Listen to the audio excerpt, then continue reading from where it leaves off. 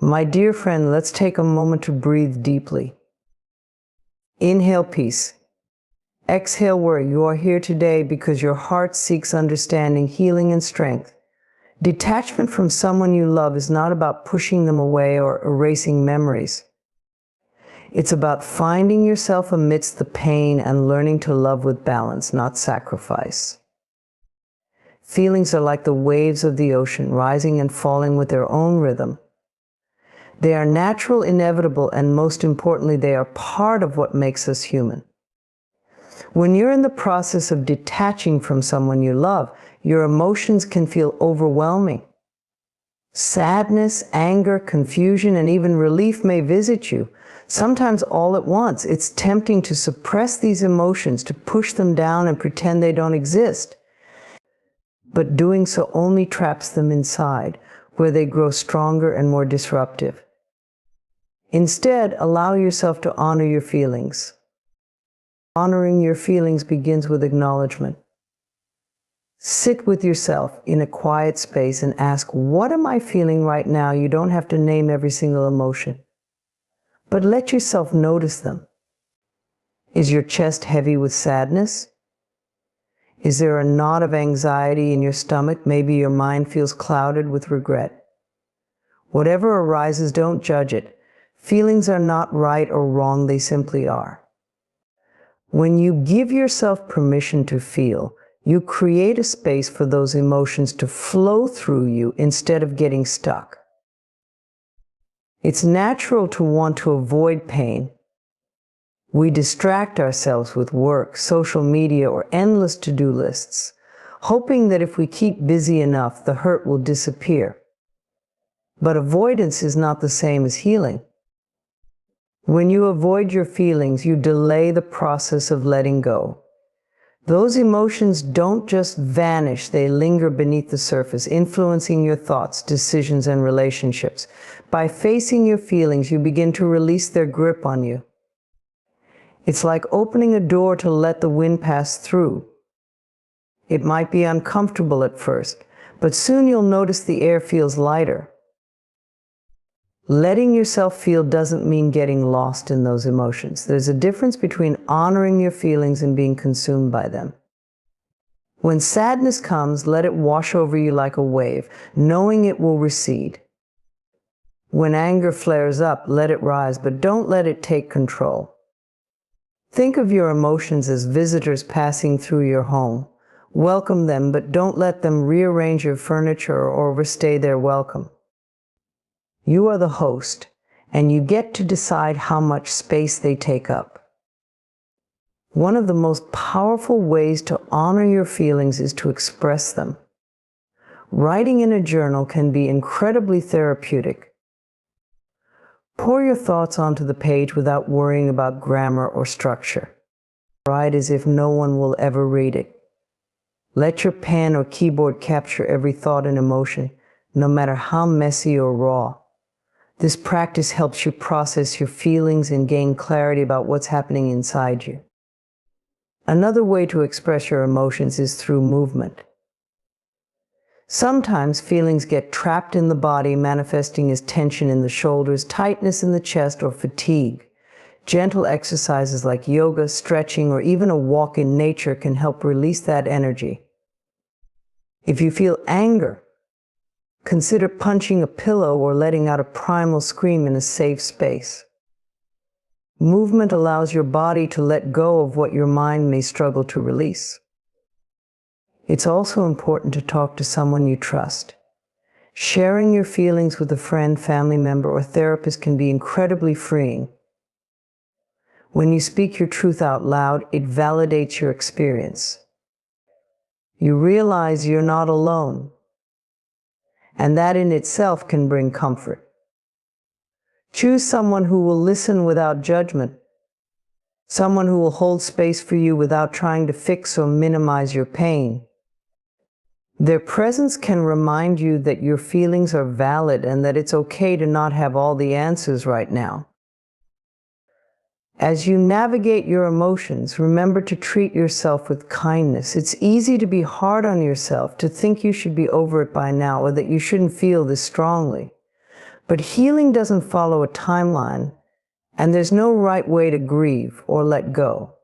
Be gentle with yourself. If you need to cry, cry. If you need to take a day to rest, do so. These acts of self-compassion are not indulgent, they are necessary. Honoring your feelings also means recognizing the lessons they bring. Emotions are messengers revealing what matters most to you. If you feel sadness, it's because you care deeply. If you feel anger, it might be pointing to a boundary that was crossed. Reflect on what your emotions are teaching you about yourself and your needs. This awareness helps you grow and prepares you for healthier relationships in the future. Finally, know that your feelings won't last forever. They are temporary, like the weather. Storms come and go, but they don't change the essence of who you are. Underneath the sadness, the anger, and the longing, there is a steady, unshakable part of you. That part is your true self, strong, resilient, and whole. By honoring your feelings, you reconnect with that part of you. You allow yourself to heal and to move forward with grace and courage. So take a deep breath. Place your hand over your heart. Whisper to yourself, I honor what I feel, and I honor the strength within me. This is how you begin to heal, by showing up for yourself, no matter what emotions arise. You deserve your own compassion, your own patience, and your own love. Trust that by honoring your feelings, you are taking the first step toward freedom and peace. There is a quiet strength within you waiting to be rediscovered. Life has a way of pulling us away from our core. When we love someone deeply, we often give parts of ourselves away, our time, our energy, and sometimes even our dreams. In the process, we may lose sight of who we are. But no matter how far you've strayed from your own power, it is never lost. It is still there, waiting for you to reclaim it. Reclaiming your power begins with recognizing its presence within you. You were born with strength, wisdom, and a light that is uniquely yours. Over time, circumstances, relationships, and self-doubt may have dimmed that light, but it was never extinguished. The first step in reclaiming your power is to acknowledge that it belongs to you and that no one has the right to take it away. Start by asking yourself, who am I when I am at my best? What makes me feel alive, joyful, and strong? These are not frivolous questions. They are the foundation of your truth. Perhaps you once loved to create, writing, painting, or building something with your hands. Maybe you were passionate about exploring new places, learning new skills, or connecting deeply with others. These aspects of yourself are not gone. They are simply waiting for you to remember them. One of the ways we lose our power is by prioritizing the needs of others over our own. While it is beautiful to love and support those around us, it becomes unhealthy when we neglect ourselves in the process. To reclaim your power, you must learn to set boundaries. Boundaries are not walls that keep people out.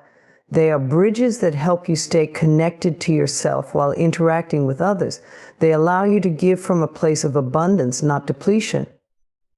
Setting boundaries may feel uncomfortable at first, especially if you're used to saying yes when you mean no, but every time you honor your own needs, you strengthen your connection to yourself. Start small. Practice saying, I need some time for myself, or I'm not able to help with that right now. These simple statements are acts of self-respect, and over time they become easier to voice. Another essential step in reclaiming your power is taking responsibility for your own happiness. It's easy to fall into the trap of thinking that someone else can complete us or make us whole. But the truth is, your happiness is your responsibility. It's not about what others do or don't do. It's about how you choose to nurture yourself. Think about the things that bring you joy. It might be spending time in nature, listening to music, or engaging in creative activities. Make space for these things in your life. They are not luxuries, they are necessities. When you prioritize your own well-being You send a powerful message to yourself: I am worth it. Reclaiming your power also means letting go of what no longer serves you. This might be old beliefs, habits, or even relationships that drain your energy. Ask yourself, what am I holding onto that is keeping me stuck? Letting go is not about forgetting or dismissing the past. It's about creating space for something new. It's about freeing yourself from the weight of what doesn't align with your highest self. Forgiveness plays a key role in this process. Holding on to anger, resentment, or regret only keeps you tethered to the very things that hurt you. Forgiveness is not about condoning someone else's actions. It's about releasing yourself from their grip. It's saying, I choose to be free. When you forgive, you reclaim the energy that was tied up in pain and use it to rebuild your strength. As you reclaim your power, you will notice a shift in how you see yourself. You will begin to recognize your worth and the incredible resilience within you.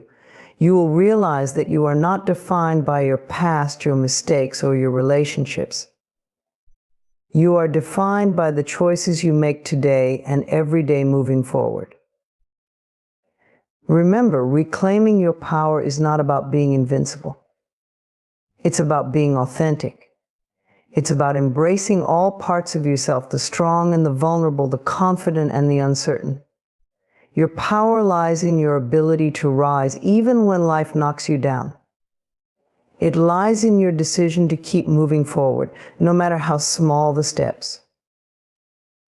So take a moment to breathe deeply and reconnect with yourself. Place your hand over your heart and remind yourself of this truth: I am strong. I am capable. I am enough. Let these words guide you as you rebuild your life step by step with courage and self-love. Your power is yours and yours alone. It cannot be taken away, only forgotten. And now is the time to remember it. You have everything you need within you to create a life that feels whole, joyful, and true to who you are. Trust yourself. You are more powerful than you realize. Setting loving boundaries is an act of self-respect and self-care. It's about creating a balance between giving to others and honoring your own needs. Boundaries are not barriers to keep people away. They are tools to nurture healthier relationships, starting with the relationship you have with yourself. They help you define what is acceptable in your life and allow you to interact with others in a way that feels balanced and genuine. When you set boundaries with love, you empower yourself and those around you to cultivate deeper, more meaningful connections. The first step in setting loving boundaries is to understand your own needs and limits. Often we push ourselves beyond our comfort zones to please others or avoid conflict. Over time, this leads to feelings of resentment, frustration, or burnout. Take a moment to reflect on what makes you feel supported and respected. What behaviors or situations drain your energy or leave you feeling uncomfortable? By identifying these patterns, you can begin to clarify what boundaries need to be in place. Communicating boundaries requires courage and clarity. It can be intimidating to express your needs, especially if you fear rejection or conflict. But loving boundaries are not about controlling others. They are about taking responsibility for your own well-being. Start by speaking from a place of kindness and honesty. Use I statements to express how you feel and what you need. For example, instead of saying, "You're always interrupting me," try saying, "I feel unheard when I'm interrupted, and I need to finish my thoughts before we continue." This approach focuses on your experience without placing blame, making it easier for others to understand and respect your perspective. It's important to remember that setting boundaries is not about saying no to others, it's about saying yes to yourself. When you prioritize your needs, you create a foundation of self-love that enables you to give more authentically to those around you. Think of boundaries as a way to protect your energy and ensure that you can show up fully in your relationships. By honoring your limits, you are better equipped to support others without feeling depleted or resentful. Establishing loving boundaries also means being consistent. It's one thing to communicate a boundary, it's another to uphold it. People may test your limits either consciously or unconsciously, especially if they're not used to you asserting yourself. This is where consistency becomes crucial. If you allow your boundaries to be crossed without consequence, it sends a message that they aren't important. Be firm yet compassionate when reinforcing your limits. For example, if someone continues to overstep after you've communicated your needs, gently remind them of your boundary and why it matters to you. Setting boundaries can sometimes feel uncomfortable, especially if you're a naturally giving person. You may worry about being perceived as selfish or unkind. But self-care is not selfish, it's essential. When you take care of your own needs, you show others how to take care of theirs. You also model healthy behavior, teaching those around you the importance of mutual respect and understanding. By setting loving boundaries, you are not only protecting your own well-being, but also fostering a culture of respect in your relationships. It's also important to recognize that boundaries can evolve over time. As you grow and change, your needs and limits may shift. Regularly check in with yourself to ensure that your boundaries align with your current priorities and values. If you find that a boundary is no longer serving you, it's okay to adjust it. Similarly, be open to renegotiating boundaries with others as relationships evolve. Flexibility, when grounded in self-awareness, allows for deeper and more authentic connections. When others set boundaries with you, it's essential to respect them just as you hope they'll respect yours. Understanding that boundaries are not personal rejections but acts of self-care can help you respond with compassion. By honoring someone else's limits, you strengthen the trust and respect in your relationship, creating a space where both parties feel valued and understood. Learning to set loving boundaries takes practice and patience. It's a skill that grows over time as you become more in tune with your own needs and more confident in expressing them. Celebrate your progress, no matter how small it may seem. Each time you assert a boundary, you are taking a step toward a life that feels more aligned with your values and desires. Ultimately, setting loving boundaries is an act of empowerment. It allows you to take control of your own life while fostering healthier, more balanced relationships. It's a declaration that your needs matter, that your well-being is worth protecting, and that you deserve to be treated with respect and care. By setting loving boundaries, you create a life that feels true to who you are, where you can give and receive love without sacrificing yourself. This is not only a gift to yourself, but to everyone around you. When you honor your own needs, you show others the value of honoring theirs, creating a ripple effect of respect and compassion that benefits all. Self-compassion is the gentle art of being kind to yourself, even in the face of your own mistakes, flaws, and challenges. It is not about ignoring your shortcomings or avoiding responsibility, but rather about approaching your struggles with understanding and care. In a world that often values perfection and relentless self-criticism, practicing self-compassion is a profound act of self-love and healing. It allows you to embrace yourself fully as you are, while fostering resilience and inner peace. At its core, self-compassion involves treating yourself with the same kindness and empathy you would offer to a dear friend. Think about how you respond when someone you care about is going through a tough time.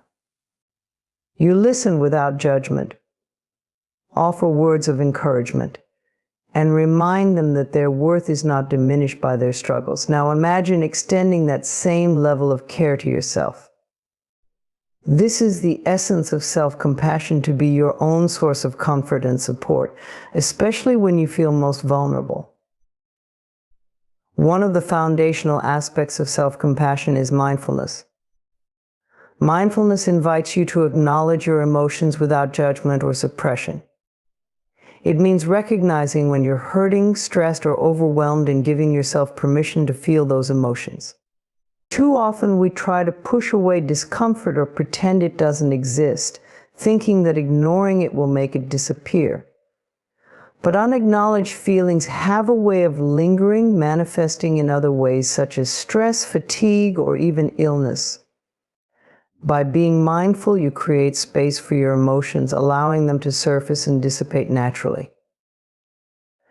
Another important element of self-compassion is recognizing your shared humanity. When you make a mistake or face hardship, it's easy to fall into the trap of thinking you're alone in your experience. You might believe that everyone else has it together, that no one else struggles as you do. This sense of isolation can amplify feelings of shame or inadequacy. But the truth is, every person experiences challenges, setbacks, and imperfections. They are a natural part of being human. Acknowledging this shared humanity helps you see that you're not alone and that your struggles do not make you unworthy of love and acceptance. The way you speak to yourself matters deeply in the practice of self-compassion. Pay attention to your inner dialogue, especially in moments of difficulty. Are your thoughts filled with harsh criticism and self-judgment, or do they reflect kindness and encouragement? If you find yourself being overly critical, pause and ask, would I speak to someone I love in this way? If the answer is no, then it's time to rewrite the narrative. Replace self-criticism with affirming, supportive words. Instead of saying, I can't believe I messed that up, try saying, I made a mistake and that's okay. I'm learning and growing. Practicing self-compassion also means giving yourself permission to rest and recharge. In a society that glorifies constant productivity, taking time for yourself can feel indulgent or lazy. But self-care is not a luxury, it's a necessity. Whether it's taking a break from work, spending time in nature, or simply sitting quietly with your thoughts, these moments of rest are essential for your emotional and physical well-being. They are acts of self-respect that remind you that your worth is not tied to how much you accomplish. Forgiveness is another powerful aspect of self-compassion. This includes forgiving yourself for past mistakes and letting go of the guilt or regret that may be holding you back. No one goes through life without stumbling. Mistakes are opportunities for growth and learning, not reasons to punish yourself endlessly. When you forgive yourself, you release the weight of self-blame and create space for healing and renewal. It's also important to set realistic expectations for yourself. Unrealistically high standards can lead to constant feelings of failure and inadequacy. While it's admirable to strive for growth and improvement, it's equally important to recognize your limits and celebrate your progress, no matter how small. Allow yourself to be a work in progress, because that's what being human is all about. Practicing self-compassion doesn't mean avoiding accountability or settling for less. It's about creating a foundation of self-love from which you can build a life that feels authentic and fulfilling. When you treat yourself with kindness, you cultivate a sense of inner strength that empowers you to face life's challenges with grace and resilience. Over time, self-compassion becomes a habit, a natural way of relating to yourself. The more you practice it, the more you realize that kindness and understanding are far more effective motivators than criticism and judgment. Self-compassion doesn't just make you feel better, it transforms how you approach every aspect of your life. It allows you to take risks, pursue your passions, and connect deeply with others, because you're no longer held back by fear of failure or rejection.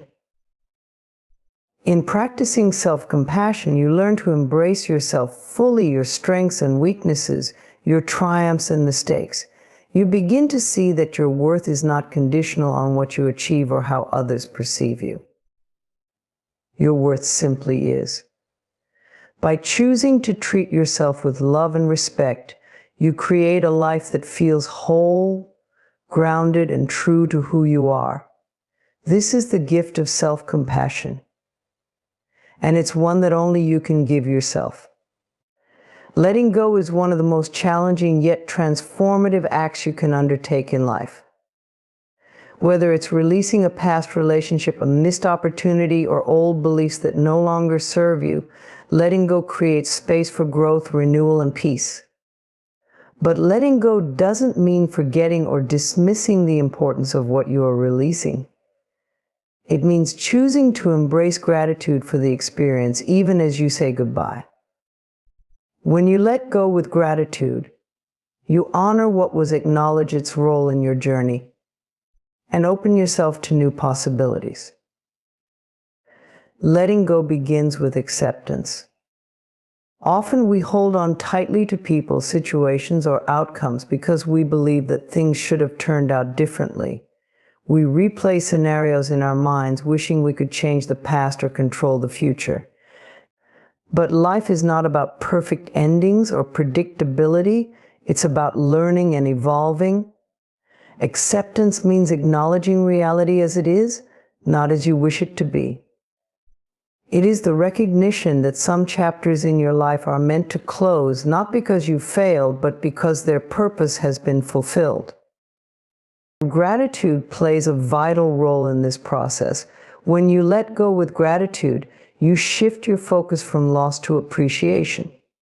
Instead of dwelling on what went wrong, you take a moment to reflect on what you gained. Perhaps a difficult relationship taught you about your own resilience, or a missed opportunity guided you toward a path better suited to your growth. Gratitude allows you to see the lessons and gifts hidden within every experience. It transforms pain into wisdom and regret into hope. Letting go with gratitude doesn't mean suppressing your emotions. It's natural to feel sadness, anger, or disappointment when you release something or someone that was meaningful to you. These emotions are valid and deserve to be felt. Allow yourself to grieve what you are letting go of, but do so with compassion for yourself. Emotions are not obstacles, they are part of the healing process. As you acknowledge and express them, you create room for gratitude to emerge naturally. One of the most powerful ways to cultivate gratitude while letting go is through reflection. Take time to write down or think about the positive aspects of what you're releasing. What did you learn? How did it shape you? What moments brought you joy, even if they were fleeting? By focusing on these questions, you shift from a mindset of loss to one of appreciation. You honor the experience for what it gave you, even if it's no longer part of your life. Letting go also involves trusting the flow of life. When you hold on to something tightly, you may unknowingly block the arrival of something better. Life is a constant cycle of endings and beginnings, of holding on and letting go. Trusting this cycle allows you to release what no longer serves you with grace and openness. Gratitude reinforces this trust by reminding you that every ending carries the seeds of a new beginning. Even if you cannot see it yet, there is always a purpose behind what unfolds. Forgiveness is another essential aspect of letting go with gratitude. This includes forgiving others for any harm they may have caused and forgiving yourself for any mistakes you believe you made. Holding on to resentment or guilt ties you to the very thing you are trying to release. Forgiveness doesn't mean condoning hurtful behavior or erasing the past. It means freeing yourself from the burden of anger and regret. When you forgive, you create space for gratitude to take root. You acknowledge that even the painful moments contributed to your growth and understanding. Practicing gratitude while letting go also involves being present in the moment. Letting go often feels overwhelming because it draws your attention to the past or the uncertainty of the future. But the present is where healing happens. Take time to breathe deeply, to notice the beauty around you, and to connect with what brings you peace. Gratitude thrives in the present moment because it reminds you that even in the midst of letting go, There is so much to appreciate. As you let go, it's important to focus on self-care and self-compassion. The act of releasing can be emotionally draining, and it's essential to nurture yourself during this process. Surround yourself with supportive people, engage in activities that bring you joy, and give yourself permission to rest. Letting go is not a one-time event, it's a journey. Be patient with yourself as you navigate it, and remember that gratitude is a practice, not a destination. When you let go with gratitude, you transform the way you view endings. Instead of seeing them as failures or losses, you recognize them as opportunities for growth and renewal. Gratitude helps you find meaning in the experiences you are releasing, no matter how challenging they were. It allows you to move forward with a lighter heart and a clearer mind, ready to embrace whatever comes next. Ultimately, letting go with gratitude is an act of love for yourself, for the people and experiences that shaped you, and for the life you are creating. It is a way of honoring the past while stepping boldly into the future. By releasing with gratitude, you free yourself from the weight of what no longer serves you and open yourself to the endless possibilities of what lies ahead. Trusting the process is an act of surrender, patience, and faith. It's a recognition that life unfolds in its own time and way, often beyond our ability to fully understand or control.